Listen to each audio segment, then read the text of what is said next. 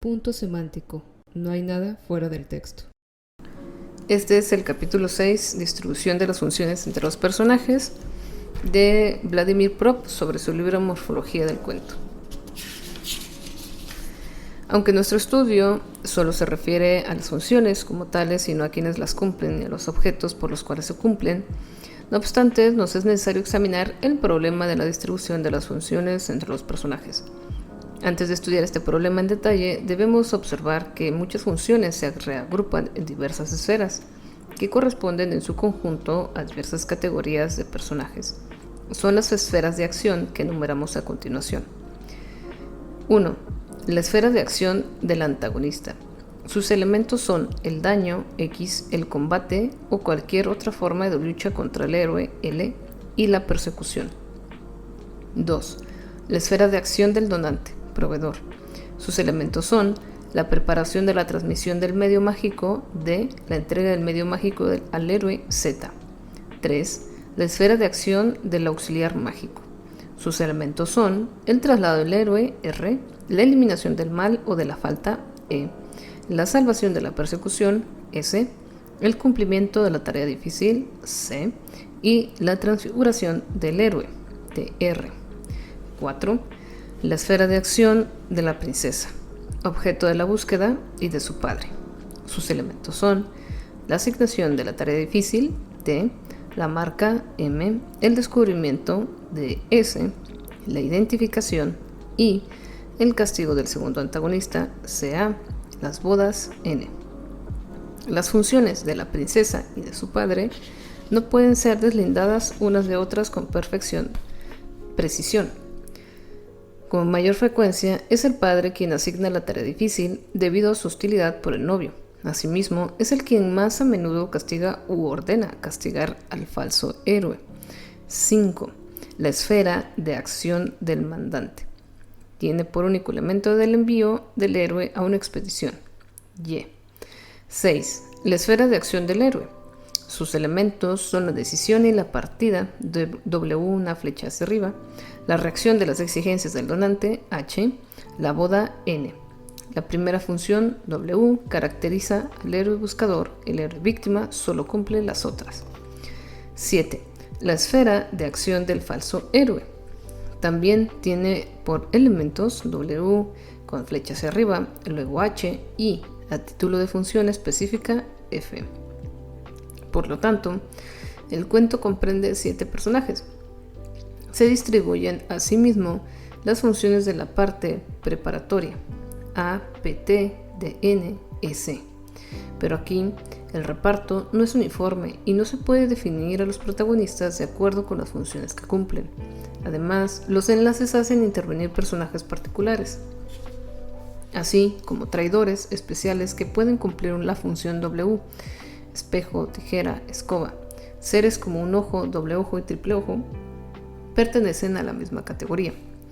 El problema de la distribución de las funciones puede ser resuelto en el cuadro del reparto de las esferas de acción de entre los personajes. ¿Cómo se reparten esas esferas? Son posibles 3 casos. 1. La esfera de acción corresponde exactamente al personaje, la Baba Yaga que pone al héroe a prueba y luego lo recompensa, los animales que le piden ayuda y en cambio le hacen un don, son puros donantes. El caballo que conduce a Iván hasta la princesa le ayuda a raptarla, a cumplir la tarea difícil, a escapar de la persecución, etc. Es un puro auxiliar mágico. 2. Un mismo personaje abarca varias esferas de acción. El hombrecillo de hierro que, liberado por Iván de la Torre, en la que se hallaba prisionero, le da la fuerza y el mantel mágico y le ayuda a matar al dragón. Es al mismo tiempo donante y auxiliar. Los animales agradecidos merecen un examen particular. Comienzan siendo donantes, luego exponen a la disposición del héroe y se convierten en sus auxiliares. Este caso ya fue mencionado en la página 72. Suele ocurrir que el animal liberado o perdonado por el héroe desaparezca simplemente, sin dejar al héroe la fórmula mágica que le permitiría llamarlo, pero en el momento crítico reaparece como auxiliar. Dicho de otro modo, recompensa al héroe con una acción directa. Por ejemplo, puede ayudarlo a trasladarse a otro reino, a apoderarse para él del objeto buscado, y así sucesivamente. Estos casos serán representados por símbolos Z9 igual a R, Z9 igual a E, etc. Asimismo, tenemos que llamar separadamente el caso en que la Baba Yaga o cualquier otro habitante de la Cabaña del Bosque lucha con Iván, luego huye y de este modo enseña a Iván el camino del otro reino.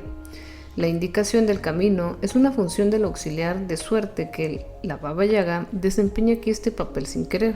Comienza como donante hostil, luego se convierte en auxiliar involuntario. Otros casos de acumulación: el padre que deja que se marche su hijo y le da el garrote mágico es al mismo tiempo mandante y donante.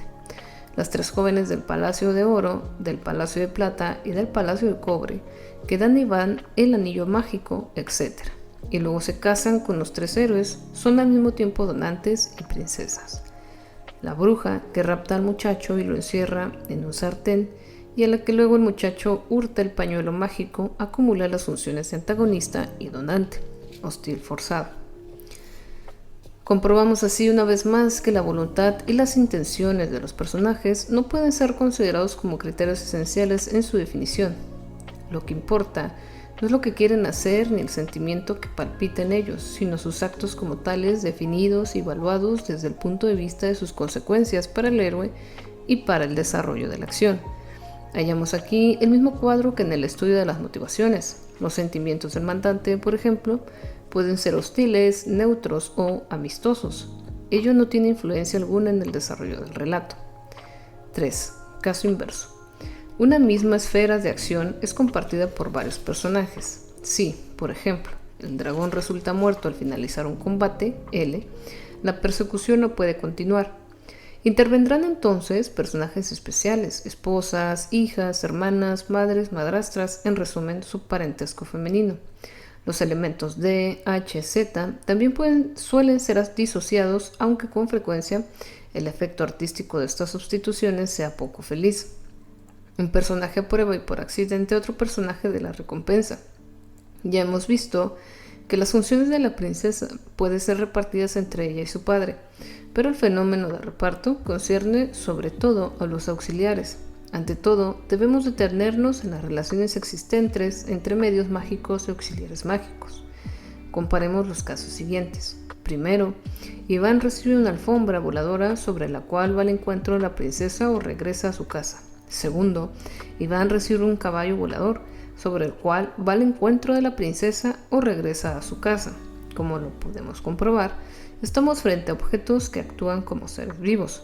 Del mismo modo, el garrote mágico mata él solo a los enemigos, castiga a los ladrones, etc. Sigamos comparando. Primero, Iván recibe un águila sobre la cual echa a volar. Segundo, Iván recibe el poder de convertirse en halcón y echa a volar. Otra comparación. Primero, Iván recibe un caballo que puede hacer oro en lugar de estiércol y se vuelve rico.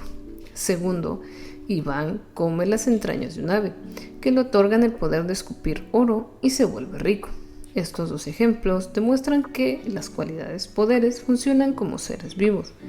Por lo tanto, seres vivos, objetos y cualidades deben ser considerados desde el punto de vista de una morfología fundada en las funciones de los personajes como magnitudes equivalentes. Sin embargo, es más cómodo llamar auxiliares mágicos a los seres vivos y medios mágicos a los objetos y cualidades, aunque unos y otros funcionen exactamente de la misma manera. Por lo demás, esta equivalencia no carece de límites. Podemos establecer 3 categorías de auxiliares. Primero, los auxiliares universales capaces de cumplir, bajo determinados aspectos, las 5 funciones del auxiliar. En nuestra documentación, el caballo es el único que tiene esta cualidad. Los auxiliares parciales, capaces de cumplir ciertas funciones, pero no las 5. A esta categoría pertenecen varios animales, exceptuado el caballo, los genios llamados por medio de un anillo, los maestros artesanos o personajes singularmente hábiles, etc. Tercero, los auxiliares específicos que solo asumen una función. Únicamente los objetos pertenecen a esta categoría. Así, el ovillo de lana para indicar el camino, la espada que golpea sola para vencer al enemigo, las guslas que suenan solas para cumplir una tarea difícil impuesta por la princesa, etc. Vemos, pues, que el medio mágico es tan solo una forma particular del auxiliar mágico. Conviene observar también que con bastante frecuencia el héroe se le compone sin ayuda de nadie, en cierto modo es su propio auxiliar. Pero si tuviésemos la posibilidad de estudiar en detalle los atributos de los personajes, podríamos demostrar que en esos casos el héroe no solo asume las funciones de auxiliar, sino también sus atributos. Uno de los atributos más importantes del colaborador es su don de profecía, el caballo profeta, la esposa profeta, el muchacho dotado de sabiduría, etc. En la ausencia del auxiliar mágico, esta cualidad es atribuida al héroe, de ahí el personaje de héroe profeta. Inversamente, el auxiliar cumple algunas veces las funciones que pertenecen específicamente al héroe. Además de la función W, solo pertenece específicamente al héroe la función H, es decir, su reacción ante los actos del donante. Pero en este caso, el auxiliar suele actuar en lugar del héroe. Las lauchas juegan el escondite con el oso y ganan. Los animales agradecidos cumplen en lugar de Iván las tareas impuestas por la Baba Yaga. Esto fue todo por el capítulo número 6 de Morfología del cuento de Vladimir Prop. Gracias por escuchar. No olvides seguirnos en las diversas redes sociales y gracias por escuchar.